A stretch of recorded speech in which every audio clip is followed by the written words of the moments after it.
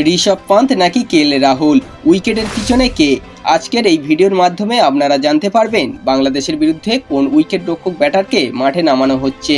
আর আপনারা বিশেষ করে কাকে দেখতে চান অবশ্যই আপনাদের মতামত কমেন্ট করে জানাবেন। চলুন ভিডিওটি শুরু করা যাক।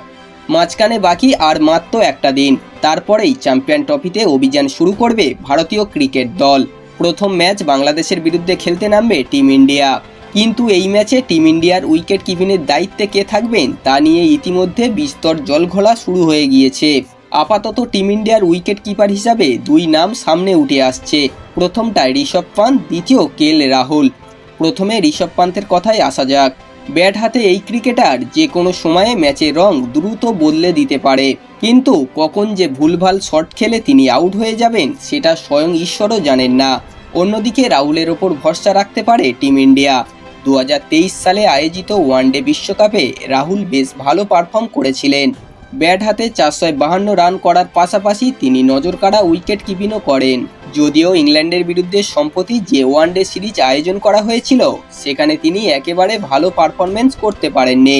3টে ম্যাচে তিনি যথাক্রমে 2, 10 এবং 40 রান করেছিলেন। তা সত্ত্বেও মনে করা হচ্ছে ভারতীয় ক্রিকেট দলের হেড কোচ গৌতম গম্ভীর রাহুলের ওপর ভরসা রাখতে চলেছেন, কারণ ইংল্যান্ডের বিরুদ্ধে ঋষভ পান্তকে একটাও ম্যাচ খেলানো হলো না। দলের কম্বিনেশনের কথা যদি মাথায় রাখা হয় তাহলে রাহুলের যে সম্ভাবনা বেশি সেটা আর আলাদা করে বলে দেওয়ার দরকার পড়ে না। তবে শেষ পর্যন্ত গৌতম গম্ভীর এবং রোহিত শর্মা কী সিদ্ধান্ত গ্রহণ করেন সেদিকে সকলে তাকিয়ে রয়েছে।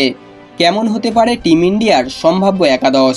অধিনায়ক রোহিত শর্মা, সহ অধিনায়ক Shubman Gill, Virat Kohli, Shreyas Iyer, wicket keeper KL Rahul, Hardik Pandya, Axar Patel, Rabindra Jadeja, Kuldeep Yadav, Arshdeep Singh এবং মোহাম্মদ শামি।